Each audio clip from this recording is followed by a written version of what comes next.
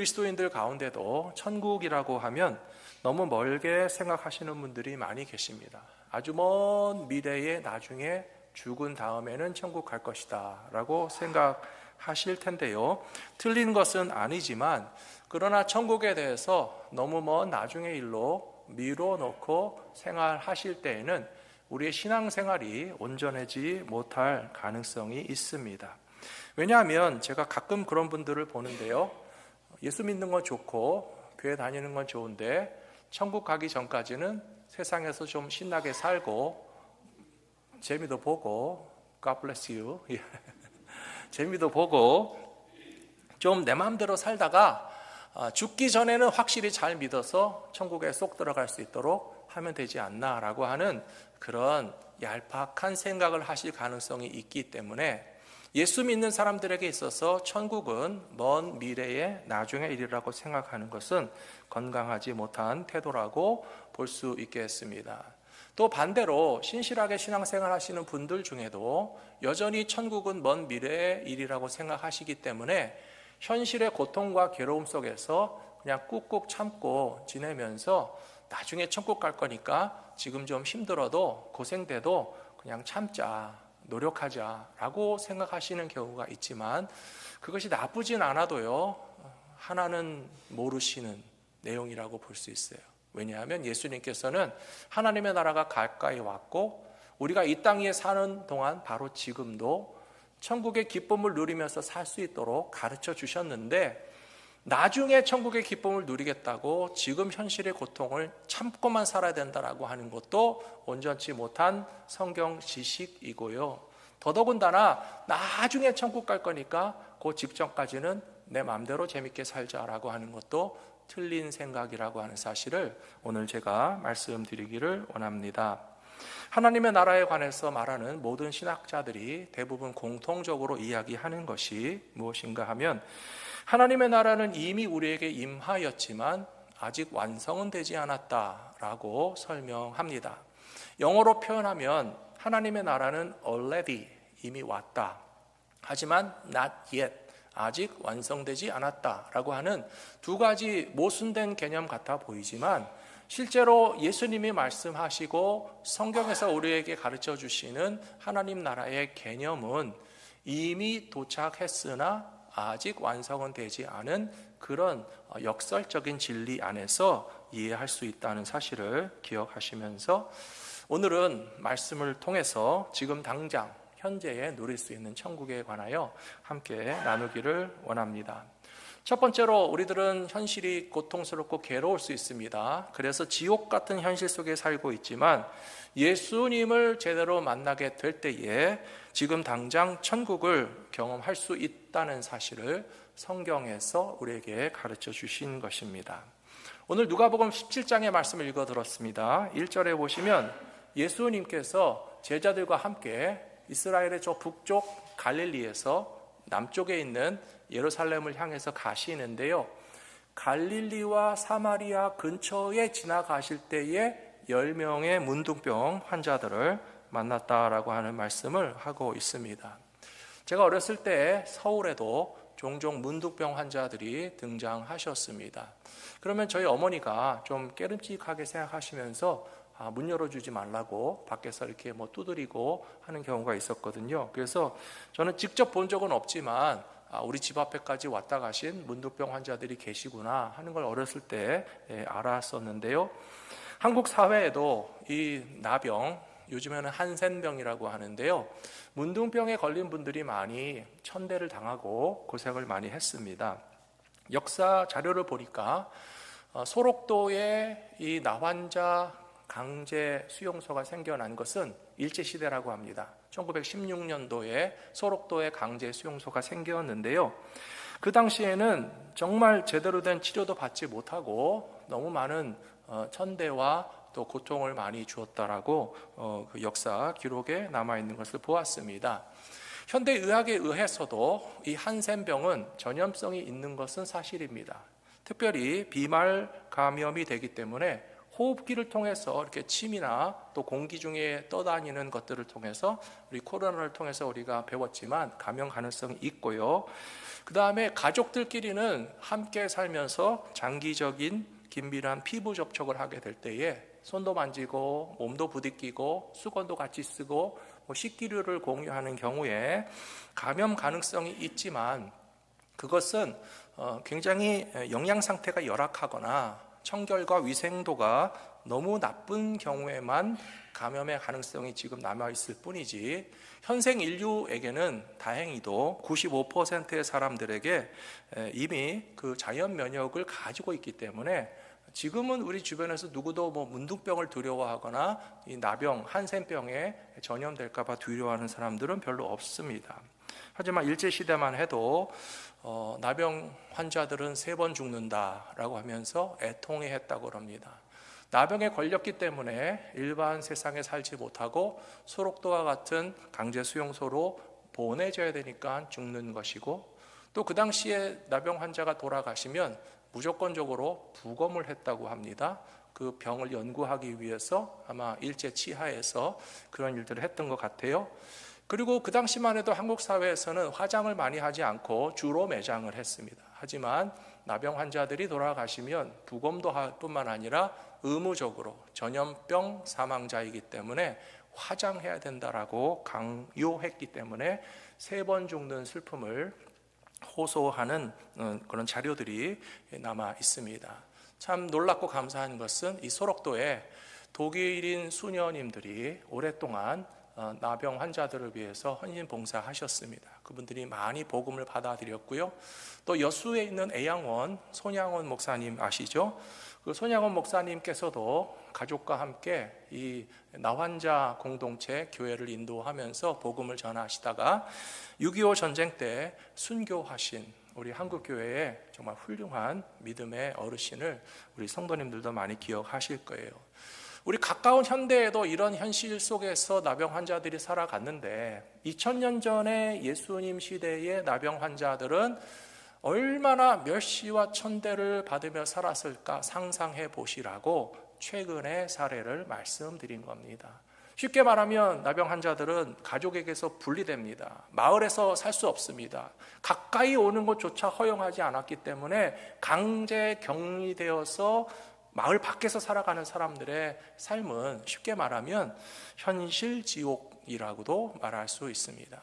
오늘 성경 말씀해 보시면 17장 12절에서 어느 마을을 지나가시는 예수님을 나병 환자 10명이 만나서 멀리 서서 소리를 높여 이르되 예수 선생님이여 우리를 불쌍히 여기소서 하거늘 보시고 이르시되 가서 제사장들에게 너희 몸을 보이라 하셨더니 그들이 가다가 깨끗함을 받은지라.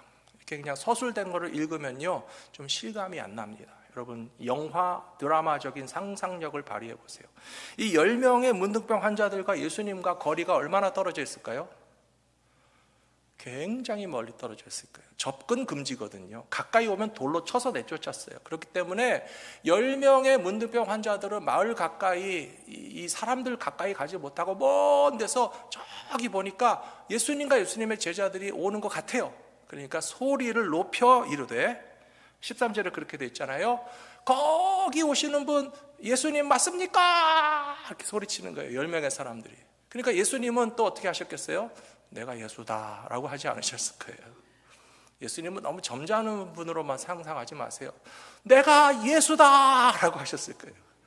크게 외쳐야 들리똥 말똥 먼 거리에 떨어져서 문둥병 환자들이 접근을 못하고 정말 예수님인 것 같은데 예수님 맞으십니까? 라고 하니까 맞다고 예수님 대답하셨어요.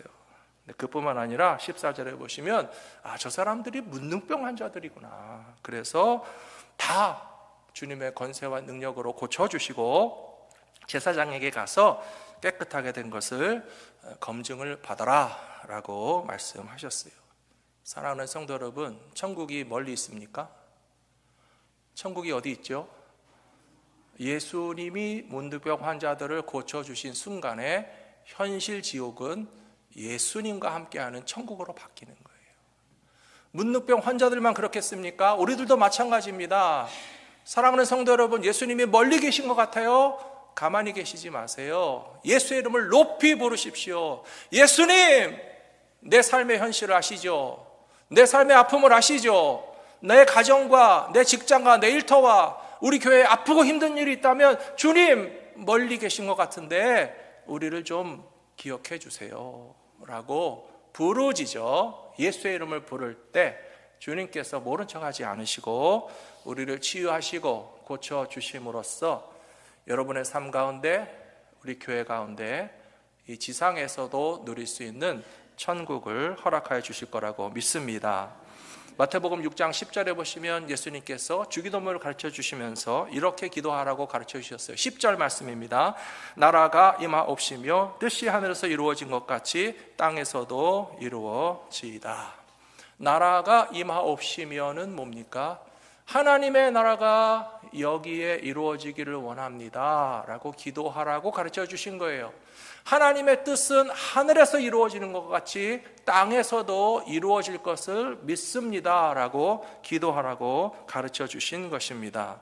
그러므로 천국은 나중에 완성되는 것도 사실이지만 그러나 하나님의 뜻이 지금 당장 이루어지는 우리의 현실의 삶 가운데에서도 천국을 경험할 수 있다라고 하는 것을 가르쳐 주시면서 그렇게 기도하라고 하신 것을 기억하며 지금 현재 누려야 할 천국을 바라보고 기도하시는 저와 여러분들이 되시기를 부탁합니다.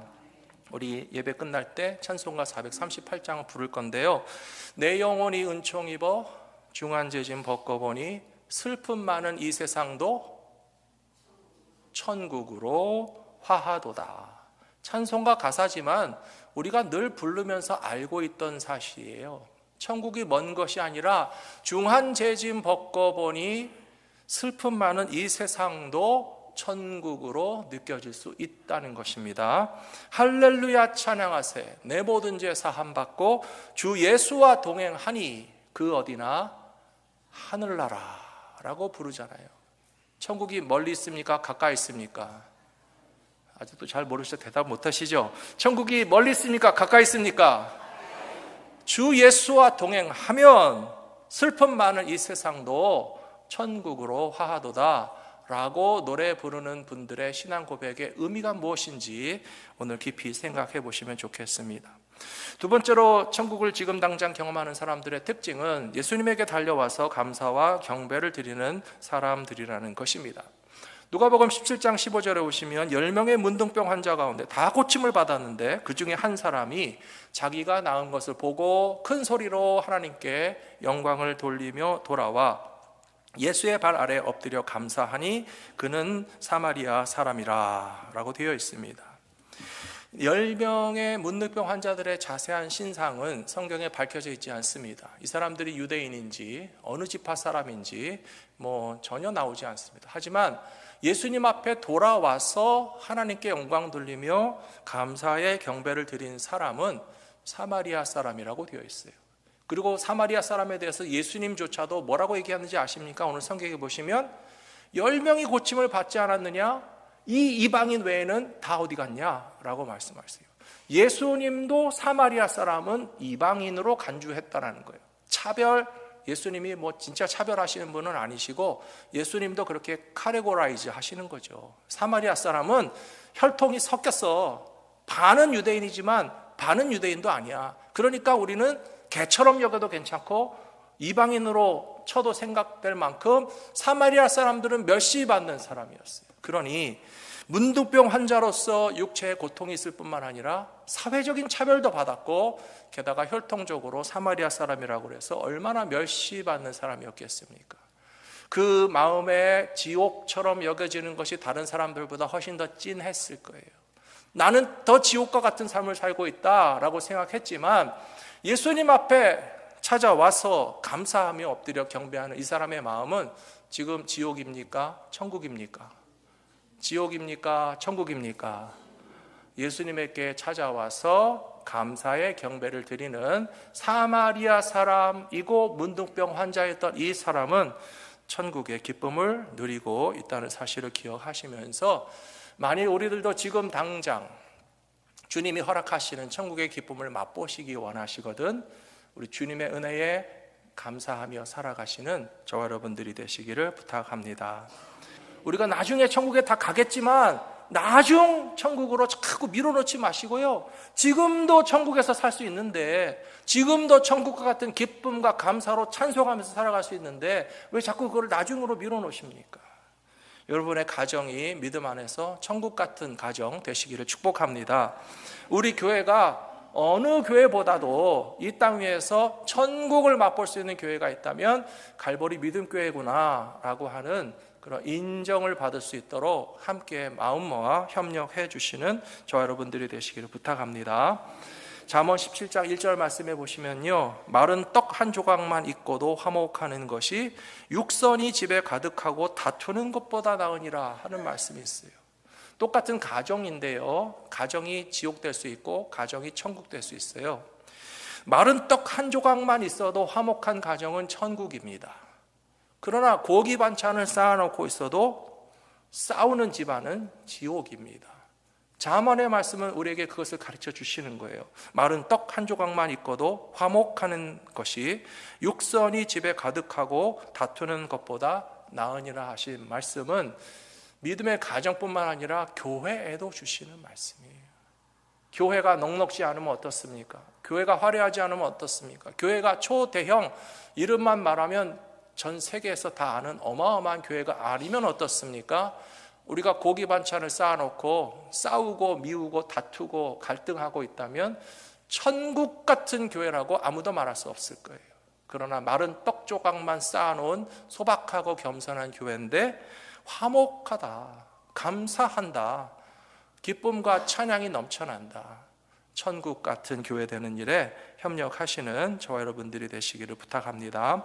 골로새서 3장 15절부터 17절의 말씀 같이 읽겠습니다. 그리스도의 평강이 너희 마음을 주장하게 하라. 너희는 평강을 위하여 한 몸으로 부르심을 받았나니 너희는 또한 감사하는 자가 되라.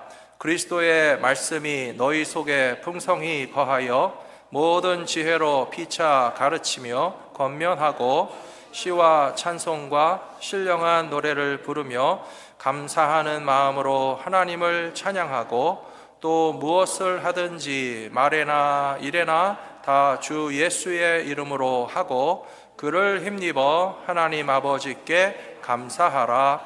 아멘. 골로새서 3장 15절, 16절, 17절 말씀은 교회에게 주시는 말씀입니다.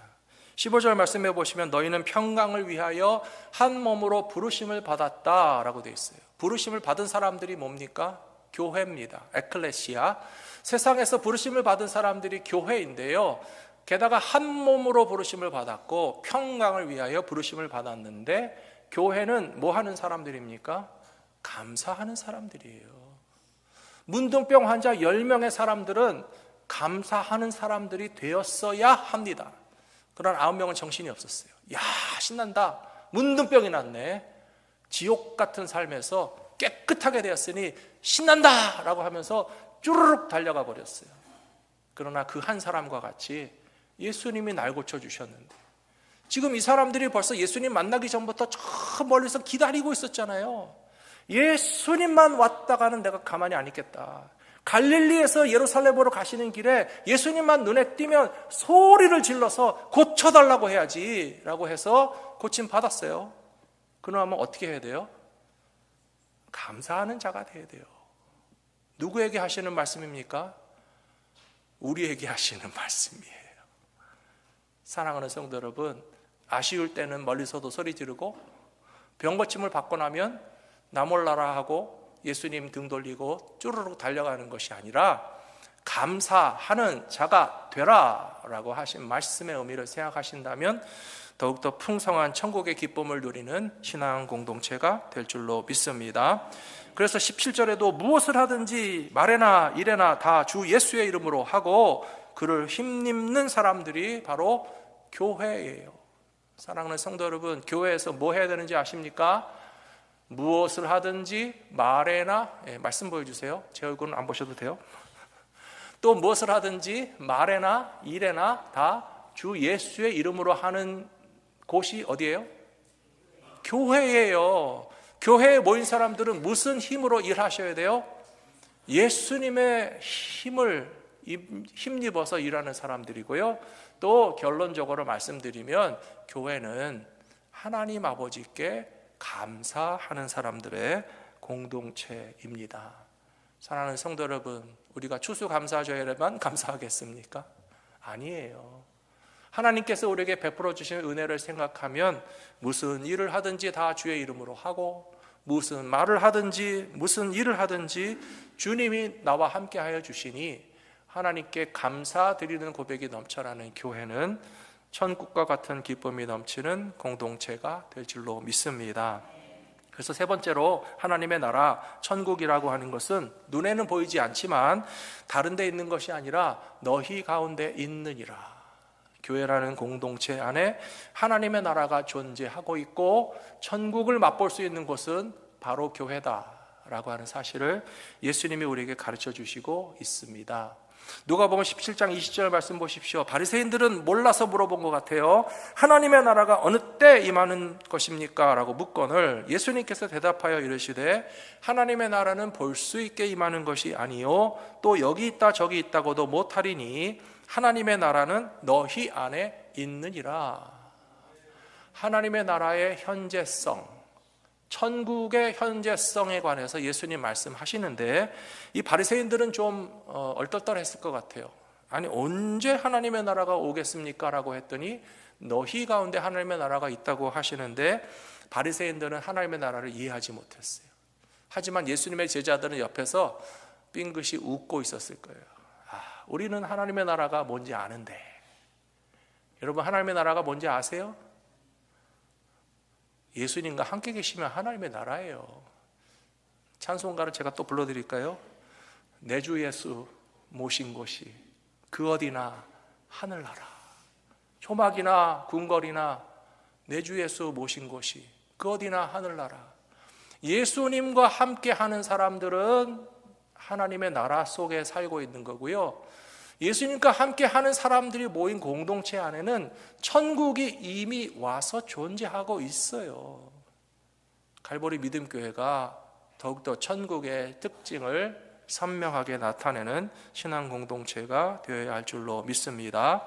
예수님께서 말씀하실 때 바리새인들은 잘 몰랐지만 예수님의 제자들은 하나님의 나라가 너희 안에 있느니라 할 때에 너희가 누구를 의미하는지도 생각했을 것입니다. 요한복음 15장에 정답이 나와 있습니다.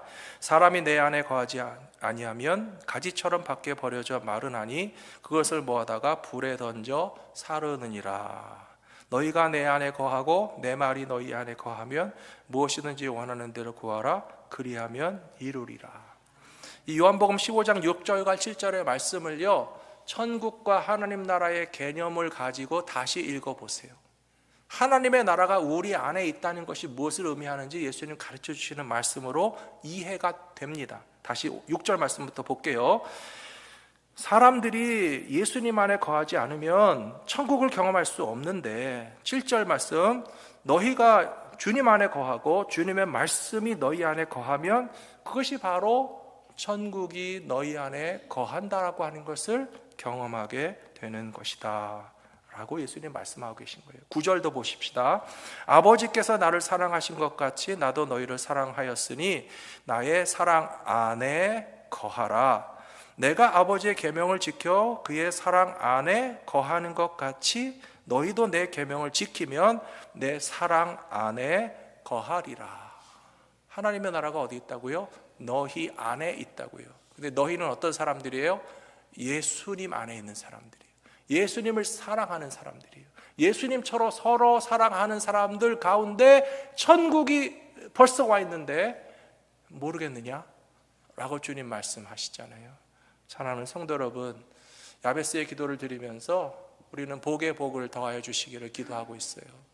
어떤 복, 각자 다른 복도 있으시겠지만 저는 천국을 지금 현재 누리는 복의 복을 우리에게 더해 주시기를 기도하고 있습니다.